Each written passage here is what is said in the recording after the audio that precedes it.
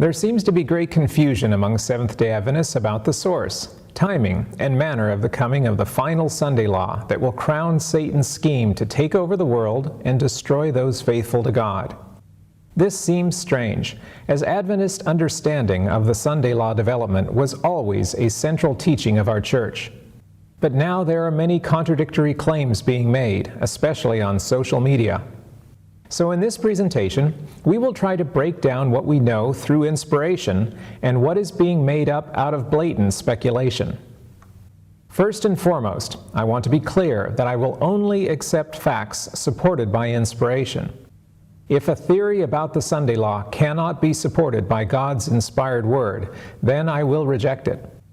This will limit ideas to only the ones that can be backed up by a clear voice from above. Everything else is human speculation that may or may not be right. Also, to be clear, by inspiration, I mean all inspired messengers from God, both biblical writers and our modern prophet Ellen White, whose authority is the very same as every biblical prophet. In this program, I will reference inspired statements to examine the stage of history in which we find ourselves. I am chiefly going to draw from 3 chapters of great controversy. Chapter 36, The Impending Conflict, is a detailed description of the moral bankruptcy which will bring about the end. Chapter 25, God's Law Immutable, is a general overview of the great conflict between truth and error. Chapter 35, Liberty of Conscience Threatened, shows the true danger from the Catholic Church throughout history and into the future. All are outstanding chapters that I recommend everyone to read entirely. Prophetic Insight has much to say about the anti-God society we live in. The Bible and Spirit of Prophecy describe a world rejecting moral and ethical standards that God established. This leads to ruin and is a perfect description of our modern age. I will only look at one statement since this is obvious to anyone. The Bible is within the reach of all, but there are few who really accept it as the guide of life. Infidelity prevails to an alarming extent, not in the world merely, but in the church. Many have come to deny doctrines which are the very pillars of the Christian faith. The great facts of creation as presented by the inspired writers, the fall of man, the atonement, and the perpetuity of the law of God are practically rejected, either wholly or in part, by a large share of the professedly Christian world. Thousands who pride themselves upon their wisdom and independence regard it as an evidence of weakness to place implicit confidence in the Bible. They think it a proof of superior talent and learning to cavil at the Scriptures and to spiritualize and explain away their most important truths. Great Controversy 583.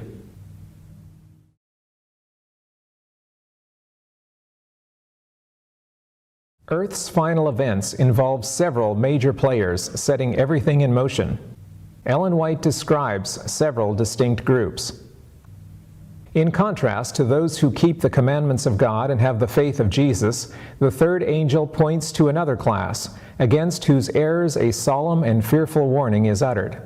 If any man worship the beast and his image, and receive his mark in his forehead or in his hand, the same shall drink of the wine of the wrath of God. Revelation 14, verses 9 and 10. A correct interpretation of the symbols employed is necessary to an understanding of this message. What is represented by the beast, the image, the mark? Great Controversy 438. She later says that, while the dragon primarily represents Satan, it is in a secondary sense a symbol of pagan Rome. In Revelation chapter 13 is described another beast, like unto a leopard, to which the dragon gave his power and his seat and great authority. This symbol, as most Protestants have believed, represents the papacy. At this point, another symbol is introduced. I beheld another beast coming up out of the earth, and he had 2 horns like a lamb. Verse 11. One nation and only one meets the specifications of this prophecy. It points unmistakably to the United States of America, and he had 2 horns like a lamb. The lamb-like horns indicate youth, innocence, and gentleness. fitly representing the character of the United States when presented to the prophet as coming up in 1798. Republicanism and Protestantism became the fundamental principles of the nation. These principles are the secret of its power and prosperity. Great Controversy, pages 438 to 441. Next, Ellen White describes how America will fail. But the beast with lamb-like horns spake as a dragon, and he exerciseth all the power of the first beast before him, and causeth the earth and them which dwell therein to worship the first beast, whose deadly wound was healed, saying to them that dwell on the earth that they should make an image to the beast, which had the wound by a sword and did live. Revelation 13, verses 11 to 14. The speaking of the nation is the action of its legislative and judicial authorities. The prediction that it will speak as a dragon and exercise all the power of the first beast plainly foretells a development of the spirit of intolerance and persecution that was manifested by nations represented by the dragon and the leopard-like beast. And the statement that the beast with two horns causeth the earth and them which dwell therein to worship the first beast indicates that the authority of this nation is to be exercised in enforcing some observance which shall be an act of homage to the papacy. Great Controversy 441 to 442. So to be clear, America will make the Sunday law through its legislative and judicial authorities as an act of homage to the papacy. It will originate in America, not Rome. Rome has been urging Sunday sacredness for centuries. That is nothing new. What is new is that the United States will finally get on board and enact a law that manifests the spirit of intolerance and persecution of both pagan and papal Rome.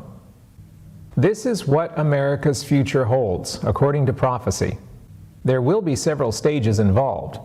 The National Sunday Law is one of the last steps, since laws prohibiting work on Sunday will precede it. I am using the term National Sunday Law to refer to the entire set of steps involved, to simplify this presentation. Others have made a step-by-step analysis of this process that I don't intend to repeat. Again, my focus here is identifying who will bring these laws about, not a meticulous account of the laws themselves.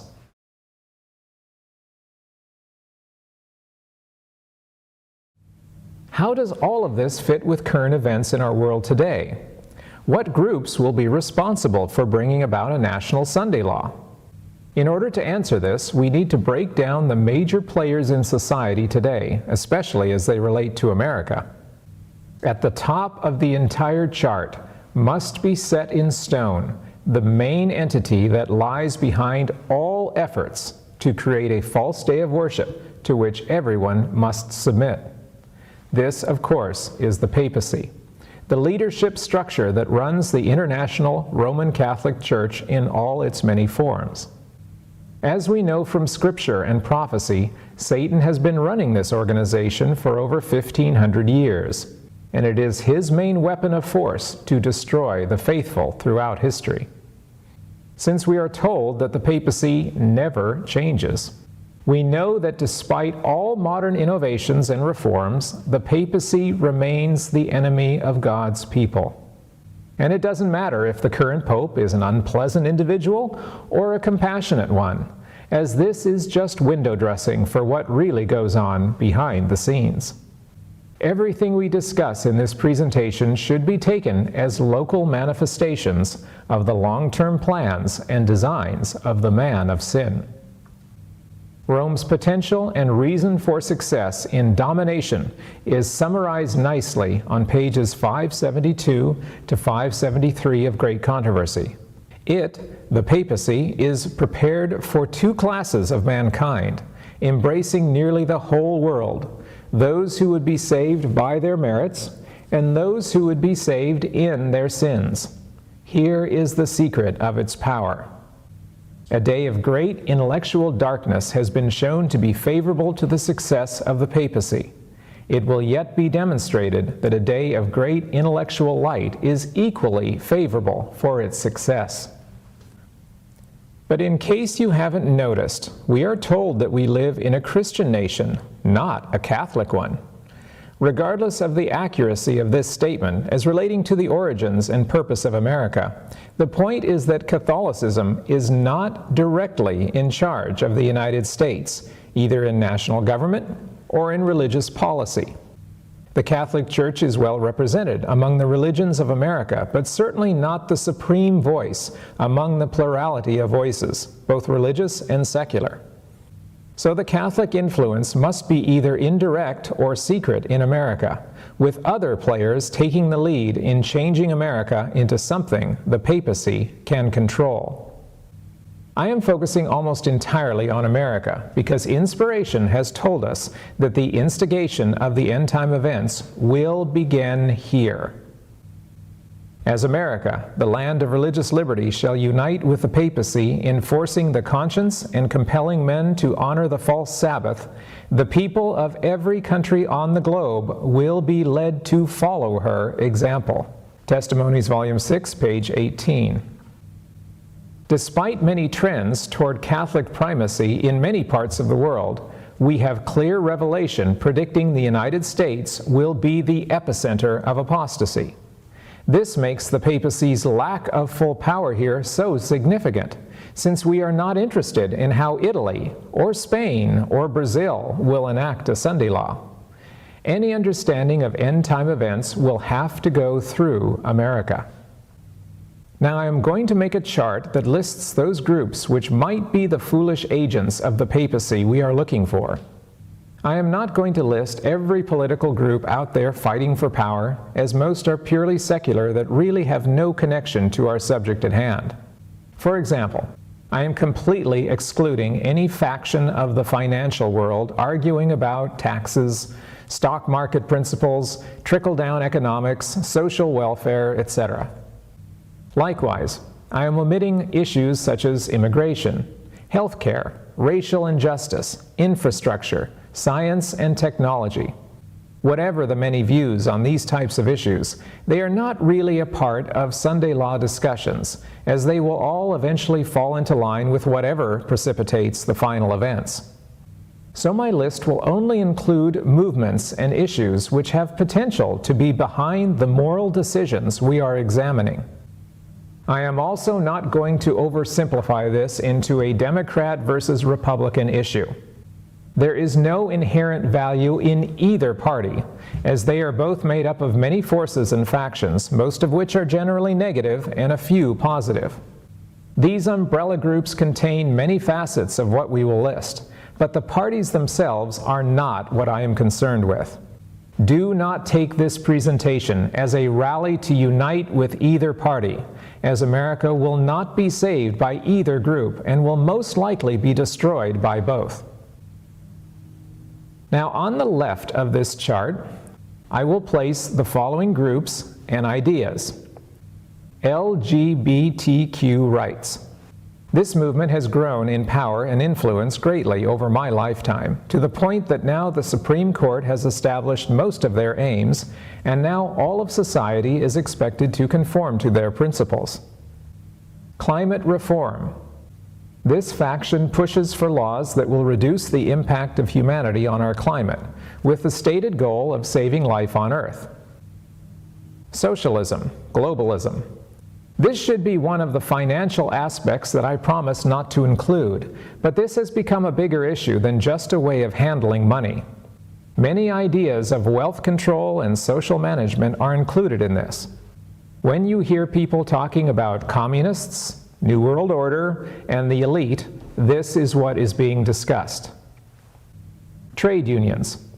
United groups who organize and lobby for various things for their members, such as increased wages or work benefits. There are certain unions who could be placed on the right side of this chart, but most of these groups have historically been identified with the left.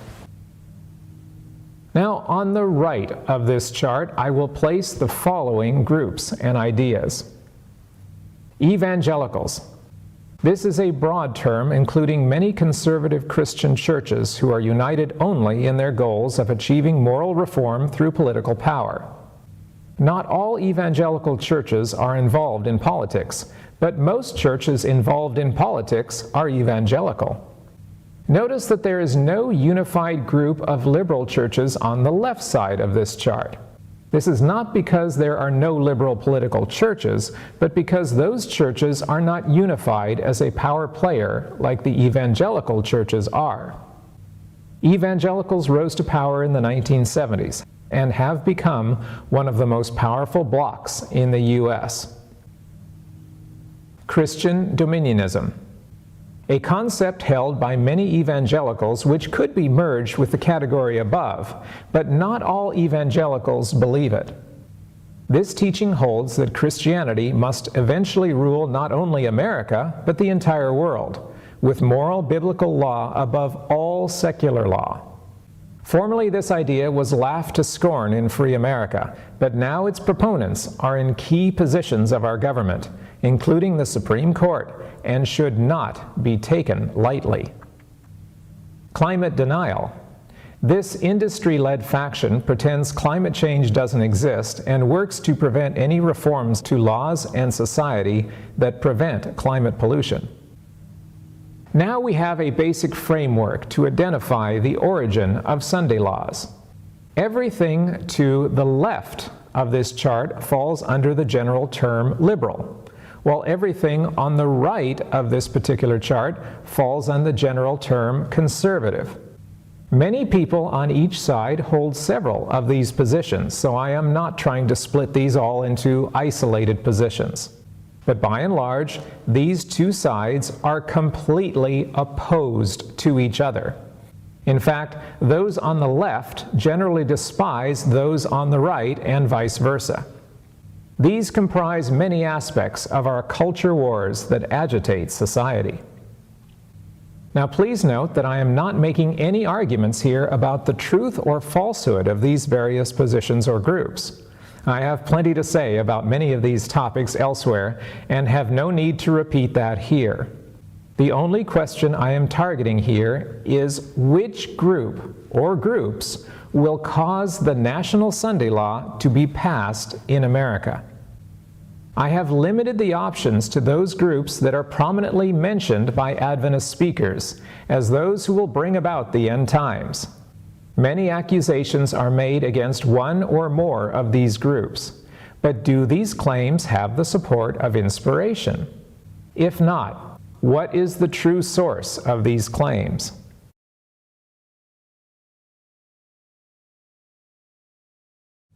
Let's go directly to the information that God chose to give us.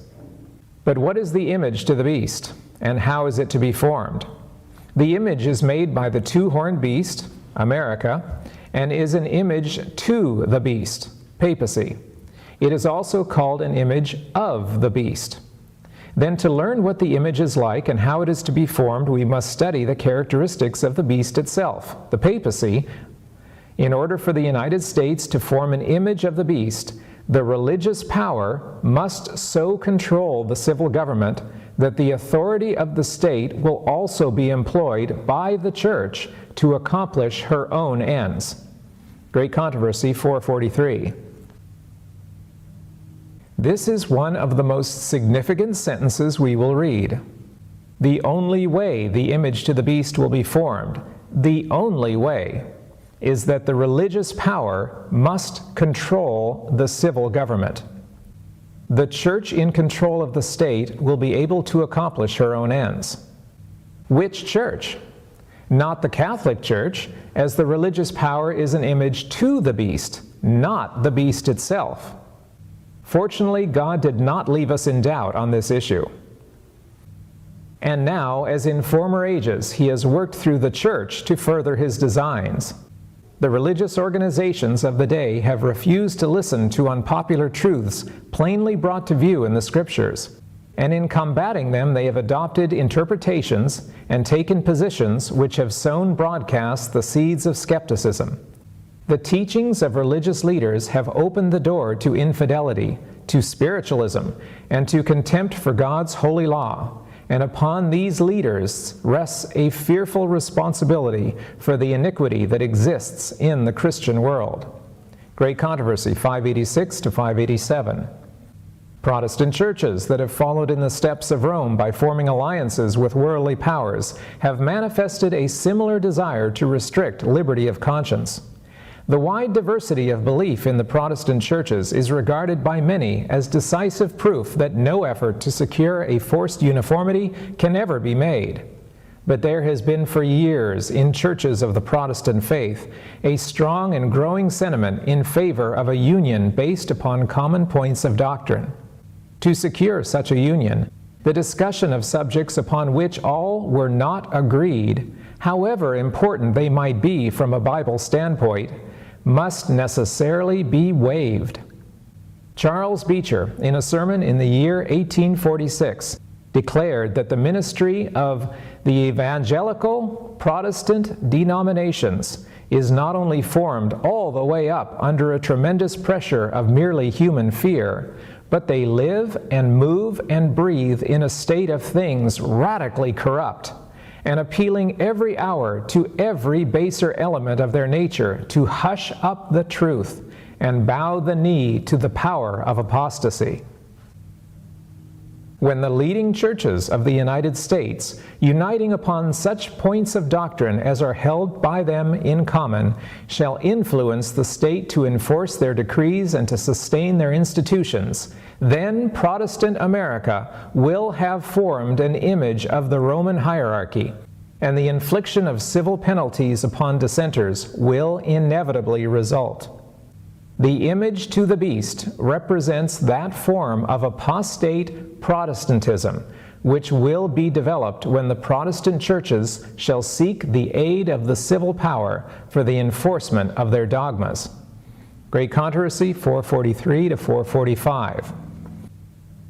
Could she have been any clearer? Over and over she repeats variations of the same concept. Protestant America, Protestant churches, apostate Protestantism, churches of the Protestant faith, religious organizations of the day, religious leaders, and leading churches. And by far the most amazing, evangelical Protestant denominations.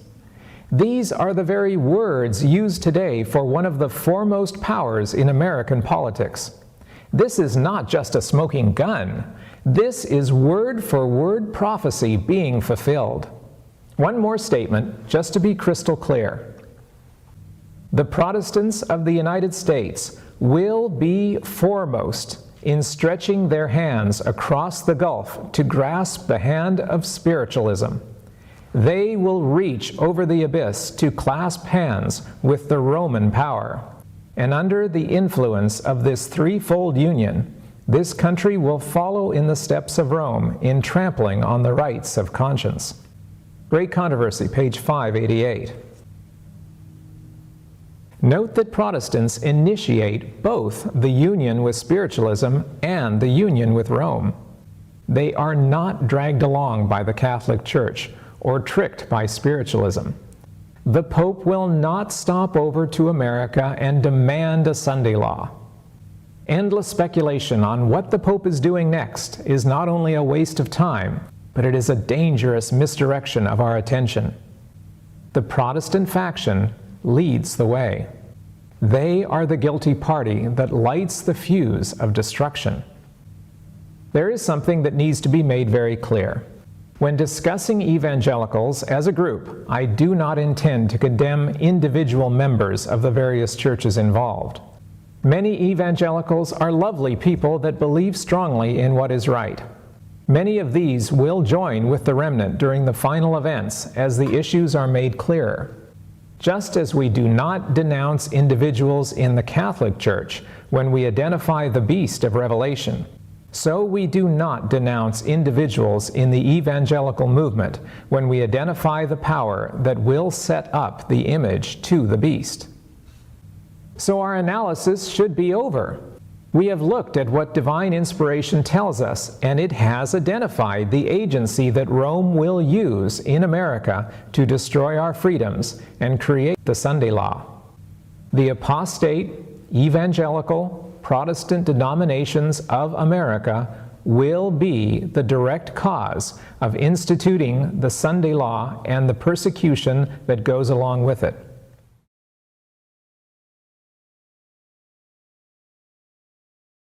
But there is a problem, and you may have already guessed it. How many people that you have listened to recently have correctly identified the evangelicals as the threat we should be most worried about? It seems that we are told to beware everyone and everything except the evangelicals. We are told that they are our spiritual allies in opposing the moral decay and abuses of society. How can they be the enemy? Something very strange happened in Adventism in the 1950s.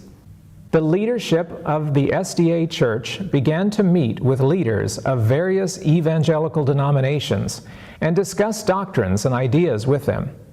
We claimed we were witnessing to them, but we ended up changing more than they did. In fact, some of our distinctive concepts began to be weakened and eventually removed in an effort to secure evangelical approval and acceptance. This has been well documented by numerous historians and theologians for the last 70 years. It is not too great a stretch to say that most of the turmoil in Adventism we experience today is a direct result of this erasing of our distinctive messages to appease other denominations. This has led to unexpected consequences. Not only have core doctrinal teachings been lost or corrupted, but we have also begun to copy evangelical ideas when it comes to politics and national agendas. Evangelicals developed into a political force in the 1970s and opposed many of the same things that Adventists oppose. Since we were beginning to copy theological concepts from them, why not join them in their crusade to reform America? This has been especially true in the last 20 years or so. Now SDAs are constantly parroting evangelical talking points when it comes to political candidates and issues, even when the issues involved have nothing to do with biblical truths. This could be seen as foolish but innocuous. So what if we spout evangelical ideas about U.S. involvement in Iran or immigration policy? It doesn't hurt anything, right? Wrong. Satan is counting on us being indifferent in this area because he is using this as a way of conditioning our minds to accept misdirection. In what way is Satan using our evangelical alliance to lead us astray? There are two ways I will address specifically. Number one, by listening to the evangelicals, we automatically do not see them as the prophetic agents of America's destruction as established by inspiration. Since they are not the bad guys, we are left looking for someone else to fit that role. Number two, the evangelicals are more than happy to tell us who the bad guys really are. Their enemies become our enemies, and we focus on a threat that is not real. We rail against the menace posed by so-and-so, and Satan is able to operate in plain sight unopposed. It is like getting out a fire extinguisher during a monsoon, or like putting on sunscreen at night.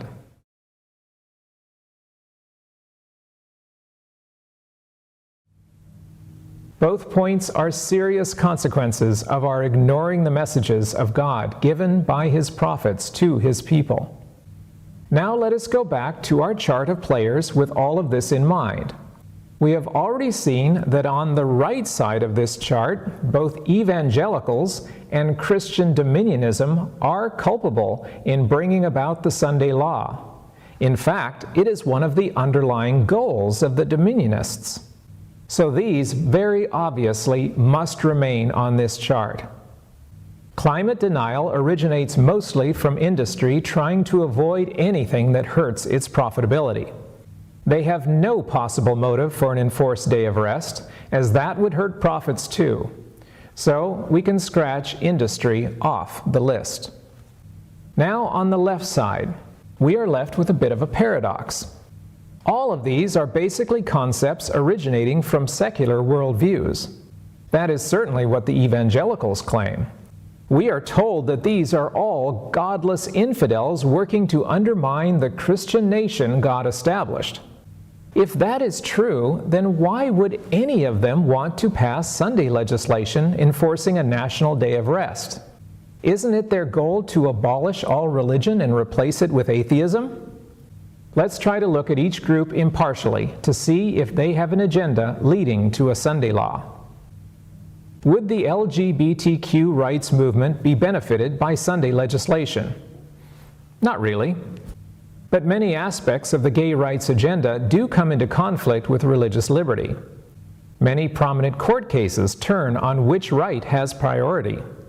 There is a real danger that society could marginalize religious liberty in the name of civil liberty. But this is, of course, the opposite danger from establishing more religious laws such as Sunday laws. There is actually a backlash effect that is relevant to this issue. As society becomes progressively more worldly, it has become and will continue to be more lawless and corrupt. The backlash of the evangelicals to save America will continue to gain traction. Eventually, they will use this political power to reform society through legislation, and that is the direct path to the end. What about labor unions, also called trade unions and confederacies by Ellen White? Just like the LGBTQ community, this group has no overt pro-religious interests and should be easily dismissed from this list, except for one thing. Many SDAs focus on the inspired warnings of danger these groups pose. These warnings talk about the violence unions cause when they don't get their way. It's a warning about staying too long in cities where life is becoming increasingly difficult. As usual, her warnings are very true. But not a single statement in her writings ties the problems caused by unions to Sunday law legislation. Not one. In fact, the opposite is said. These unions are one of the signs of the last days. Men are binding up in bundles, ready to be burned. They, those who join, may be church members, but while they belong to these unions, they cannot possibly keep the commandments of God. For to belong to these unions means to disregard the entire Decalogue. Selected Messages, Volume 2, page 143. Labor unions are not interested in religion. They oppose the principles of the Decalogue. That includes any pretense of keeping Sunday sacred. So again, speakers who claim unions are a direct road to the Sunday law are going beyond inspired writings for their own agendas. The most that could be said is that the methods of these groups will lay the groundwork for force and violence that will bring about the final time of trouble. The trade unions will be one of the agencies that will bring upon this earth a time of trouble such as not been seen since the world began. Selected Messages, Volume 2, page 142. We have actually seen this downward regression in our society. Violent strikes by labor unions have succeeded in getting results, so other causes have decided to use these methods as well. Violence now accompanies many parts of our society, with everyone armed and ready to defend their rights. When we see shattered windows of downtown city shops, or the Confederate battle flag on the U.S. Senate floor for the first time in history, we see Ellen White's labor union statements dramatically coming true.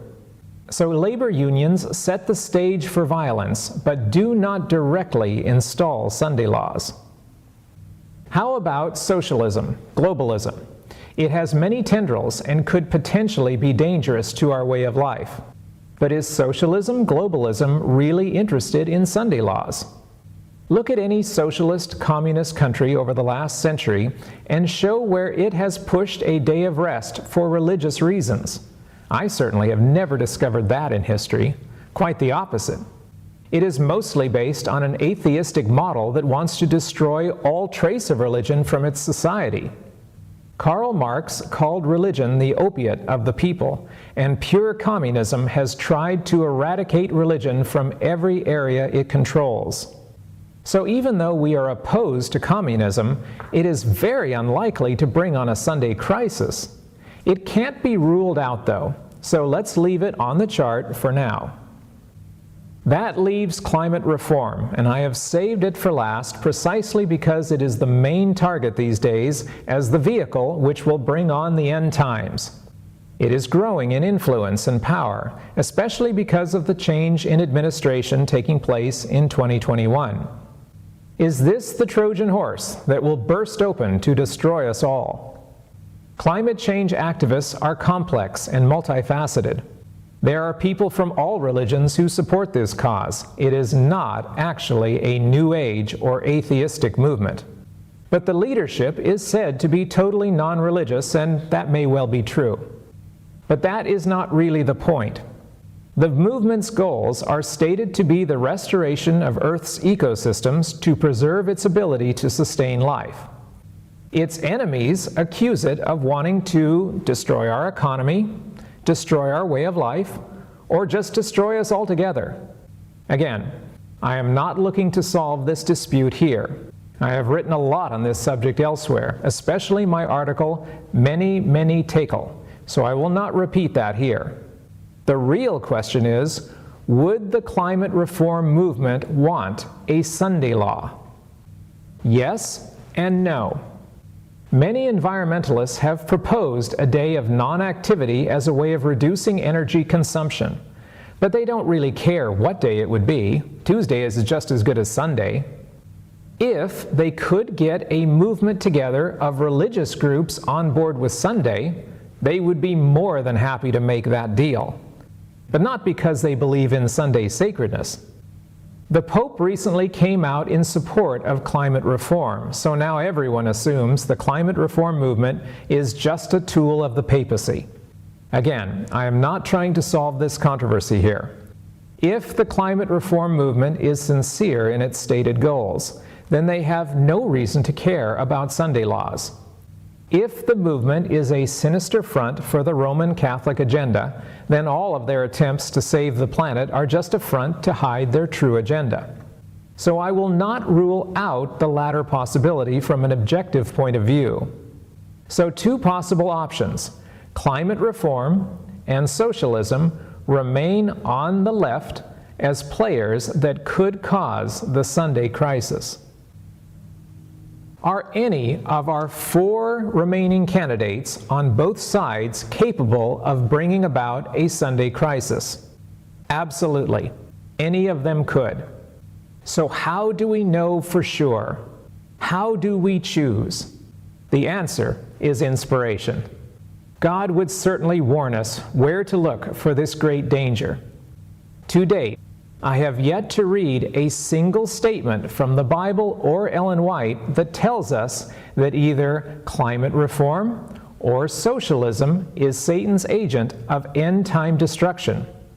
I have yet to hear a single Adventist speaker that has found an inspired statement either. Instead, there are lots of sensational attacks with non-specific statements of prophecy to supposedly back up their claims. Compare that to the mountain of statements that I quoted earlier that points to the evangelicals and apostate Protestants. There is no comparison of evidence, massive versus nil. I must follow the inspired evidence, and that evidence points to the evangelicals and the Christian dominionists. I therefore reject the claims that either climate reform by itself or socialism is the current enemy. Later, at the very end of the process, when a one-world government unites under Rome's leadership, I am sure that they will both play a part of the final destruction of all liberty. They will probably be part of the end game. But inspiration tells us that they will not initiate the process. And that is what matters to us now.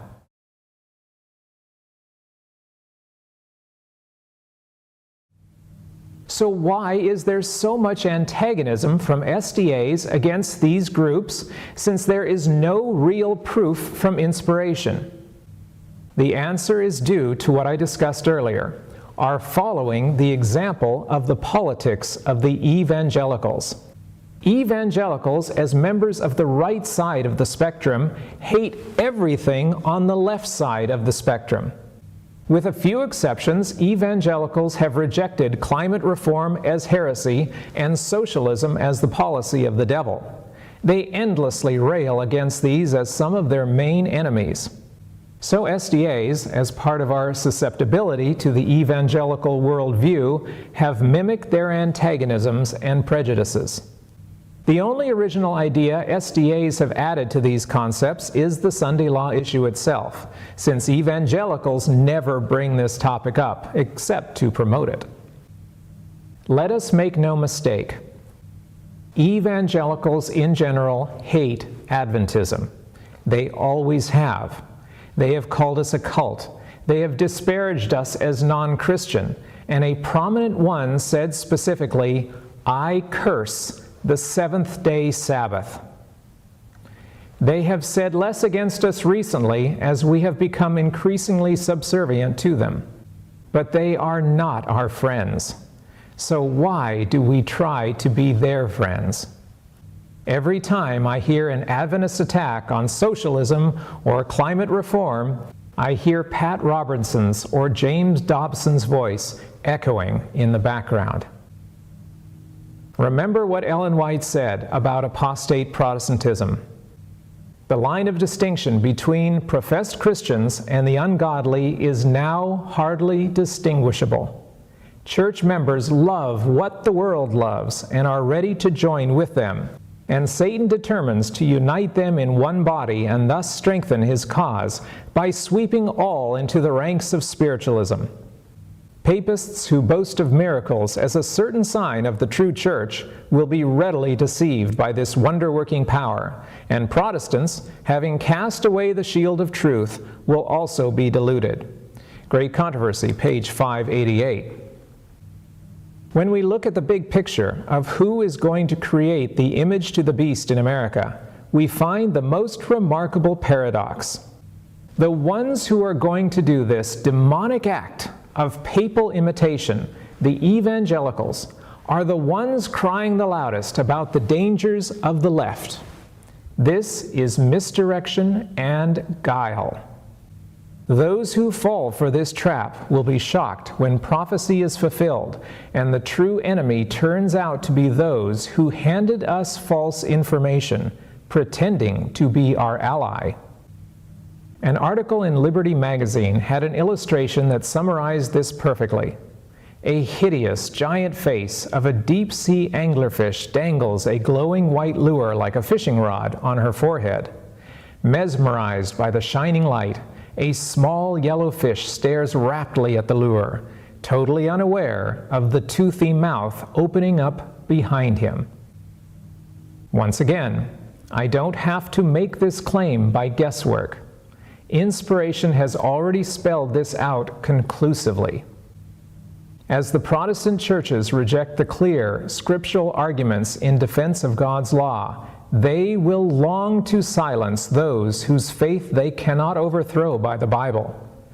Though they blind their own eyes to the fact, they are now adopting a course which will lead to the persecution of those who conscientiously refuse to do what the rest of the Christian world are doing, and acknowledge the claims of the papal Sabbath. Great Controversy, page 592. Note that she says these Protestant churches are now adopting a course that will lead to persecution. Given that she wrote this over a century ago, it can hardly be considered something that has yet to occur. Babylon is fallen indeed, and it has been for a long time. She even specifies how the persecution will be carried out. Those who honor the Bible Sabbath will be denounced as enemies of law and order, as breaking down the moral restraints of society, causing anarchy and corruption, and calling down the judgments of God upon the earth. Their conscientious scruples will be pronounced obstinacy, stubbornness, and contempt of authority. They will be accused of disaffection toward the government. In legislative halls and courts of justice, commandment keepers will be misrepresented and condemned. A false coloring will be given to their words. The worst construction will be put upon their motives. Great Controversy, page 592. Lots of interesting points in that statement, but I will only comment on one tidbit. Notice that the faithful in the end of time will be denounced as enemies of law and order. Did you think that this term originated recently? It actually became popular a century ago as a code phrase of white supremacy. Basically, those who supported Jim Crow laws in the South were defenders of law and order. Since then, petty dictators around the world, and those not so petty, have often used this phrase to target enemies and rally support. Isn't it interesting that this dog whistle phrase will be turned on Sabbath worshippers by a corrupt leadership of America speaking as a dragon? Those Adventists who support the ideology that goes with this term now will be quite dismayed when it is turned back upon them later.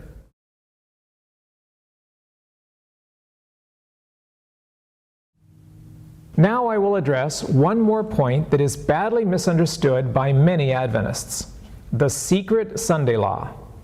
I hear numerous versions of this particular prediction from various groups of SDAs. Few versions agree, as everyone has a different guess of how it will play out. Major concepts include the Pope working behind the scenes of gullible American leadership, or an evil president just scheming on his own, or senators plotting in dark back rooms of Washington, D.C. Each version ends with a national Sunday law bursting upon an unsuspecting American populace, and all of us being forced to submit or face imprisonment and death. Now, given the corrupt state of American politics, I could easily see any of these scenarios taking place. Except for one thing. Inspiration did not say it would happen that way. In fact, inspiration says the exact opposite.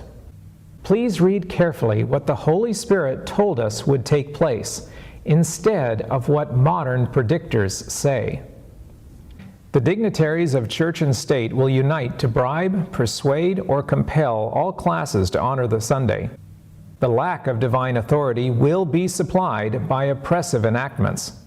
Political corruption is destroying love of justice and regard for truth, and even in free America, rulers and legislatures, in order to secure public favor, will yield to the popular demands for a law enforcing Sunday observance. Great Controversy 592. The leaders of church and state will try to bribe, persuade, or compel all classes to honor the Sunday. This involves public effort, not secret enactments. They verbally try to get all classes to agree with them. This involves politics, not conspiracies. If bribery works, great. If persuasion works, great. But for those who aren't convinced, force will be needed. The lack of divine authority will be supplied by oppressive enactments. How will those come into being? Secret laws put into place without proper legal procedures. Rulers and legislatures, in order to secure public favor, will yield to the popular demand for a law enforcing Sunday observance. The popular demand? How can it be a secret if it is demanded by the public? This is one of the most crucial understandings we were given of the final events. The law enforcing Sunday observance will not come from the top leadership down to the helpless, naive public. Instead, a popular demand will give rulers and legislatures the political capital of public favor they need to enact a Sunday law. Obviously, the public won't think to do this on their own. They will be provided with appropriate demands from the evangelicals and Catholics among them, who proclaim this is the only thing that will save all of us from destruction. Ellen White refers to an unlooked-for calamity that takes us unawares, something that brings the soul face to face with death. Christ Object Lessons 4:12. This will have to be a crisis that actually qualifies as an extinction-level event. What that might be is yet to be seen. If we could predict it, it wouldn't be unlooked for, would it?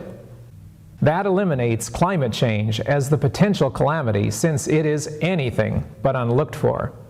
But whatever it may be, this will be the only thing that will ever unite all the factions in America. No matter what happens these days, at least half the population is opposed to it.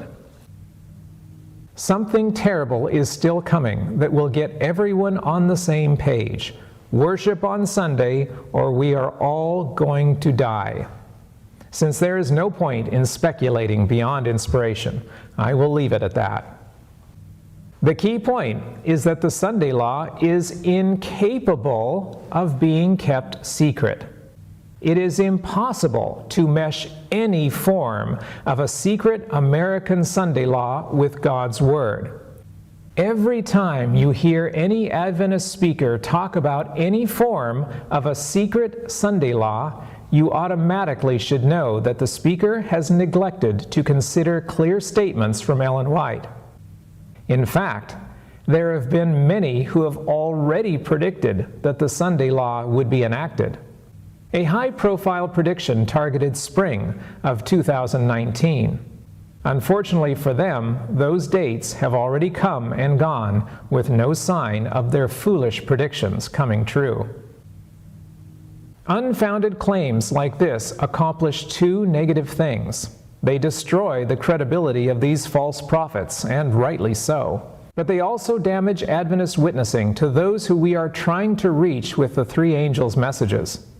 When public predictions are made that prominently fail, the public will tend to ignore everything else we have to say. Why listen to crackpots making wild claims that the end is nigh? This makes Sunday law predictions not only foolish, but dangerous. Truth is being undermined every time we promote or pass on any speaker that deals in these improper forecasts.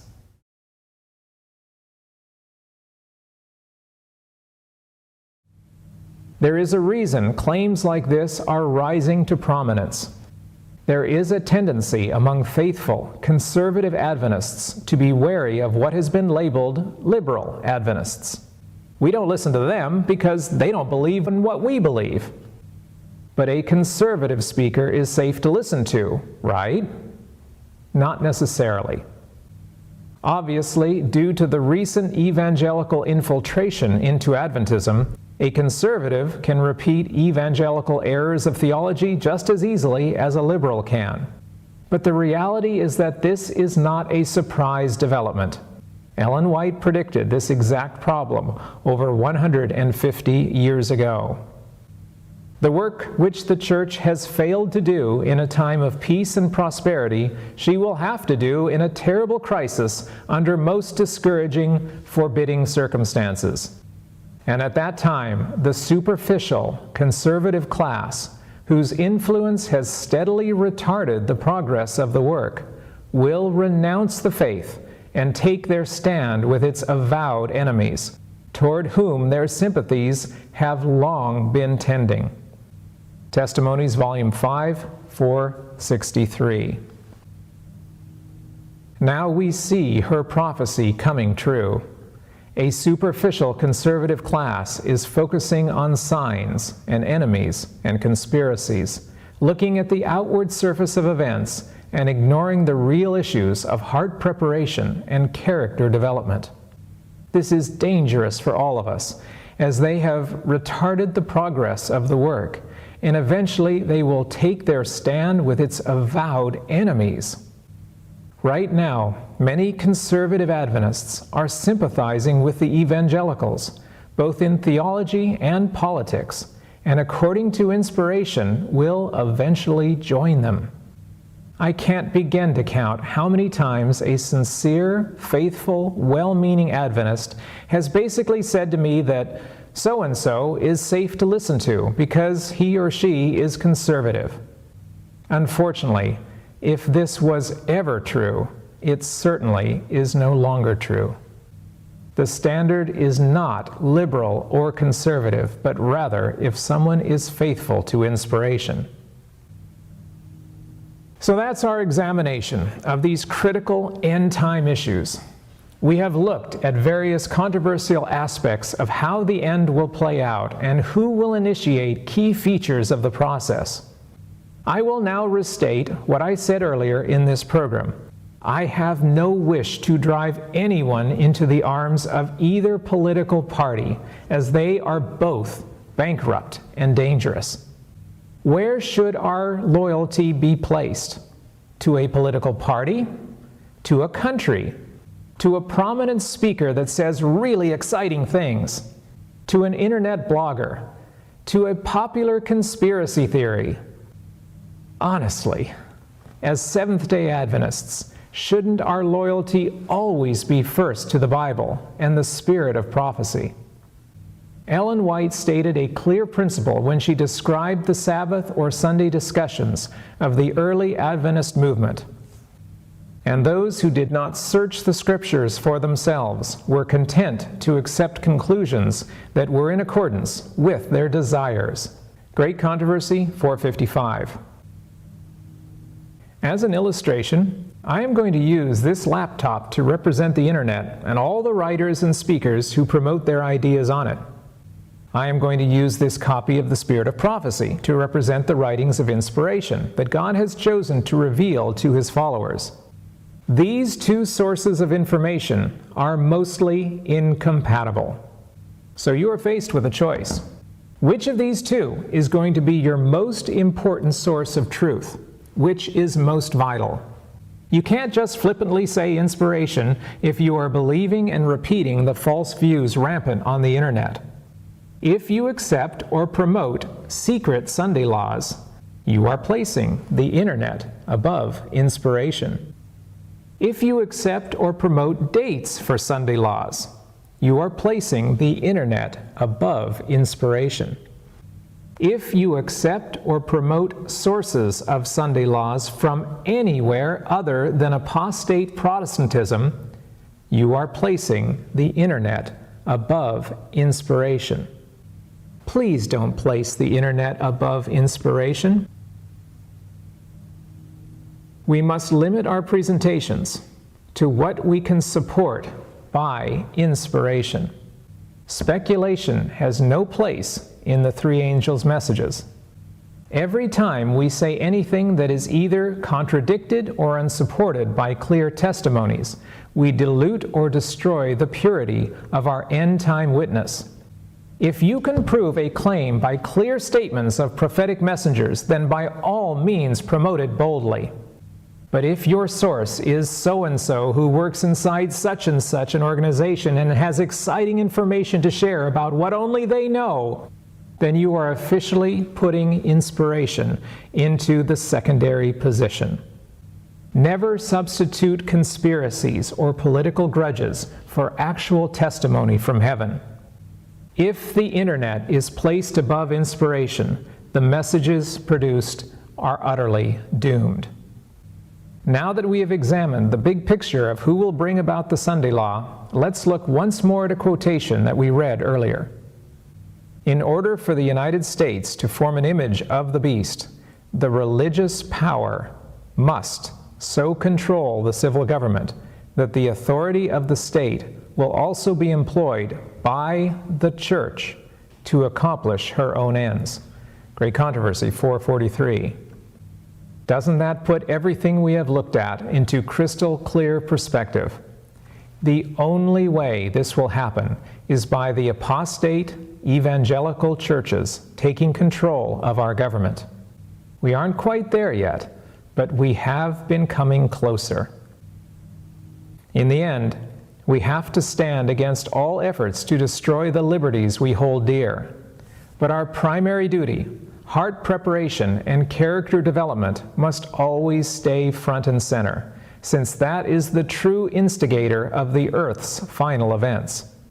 Sin in our lives is the reason we are not finished with the final atonement yet, since everything should have finished already. We know that God was ready during Ellen White's ministry, but His people were not. The initiation of final events has never been about how wicked the world is becoming, nor is it caused by Satan or his agents committing evil deeds. Christ is waiting with longing desire for the manifestation of Himself in His church. When the character of Christ shall be perfectly reproduced in his people, then he will come to claim them as his own. Christ Object Lessons 69. Not when Pope Francis or the Jesuits do something. Not when Trump or Biden or any president does something, or the Supreme Court, or Congress, or Bill Gates, or communism, or socialism, or the vaccination police, or the United Nations, or climate change, or terrorists, foreign or domestic, or the next villain around the corner that we don't even know about yet. None of them. Not even the evangelicals. The finger cannot be pointed outward when sin still festers in our own lives, since that is what is delaying the second coming.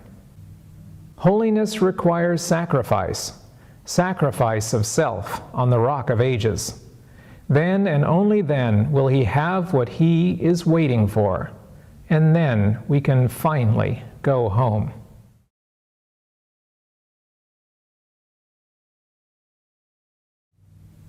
For those who have skipped through parts of this presentation on YouTube, and you know who you are, I will restate the most important points that we have confirmed through inspired messages from God.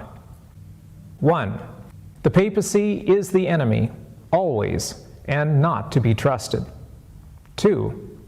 The evangelical Protestant movement in America is apostate, the ally of the papacy, and will set up the image to the beast. They are the enemy now, and not to be trusted. 3. Socialism and the climate reform movement may or may not be dangerous, but inspiration has told us nothing about them initiating the final crisis. Globalists will not succeed in their goals until the very end, when everything else important has already happened in America. 4. There will be no secret Sunday law in America. 5. The final desperate generation will demand the Sunday law from their leaders, rather than having it forced upon them unwillingly. 6. To be a conservative Adventist is inherently no safer than to be a liberal Adventist. Beware the superficial conservative class. 7. Agents of evil will not initiate the events leading up to the second coming. Christ is waiting for us to surrender our hearts and reflect his character. We live in momentous and dangerous times. With information overload a constant menace, we have to step back and focus on what is real and faithful. There is so much confusion and contradiction from so many voices that the only safe course is to tune out the noise and only allow God's Word to be allowed to speak. If we do that, we can avoid being swept away by the random theories of men.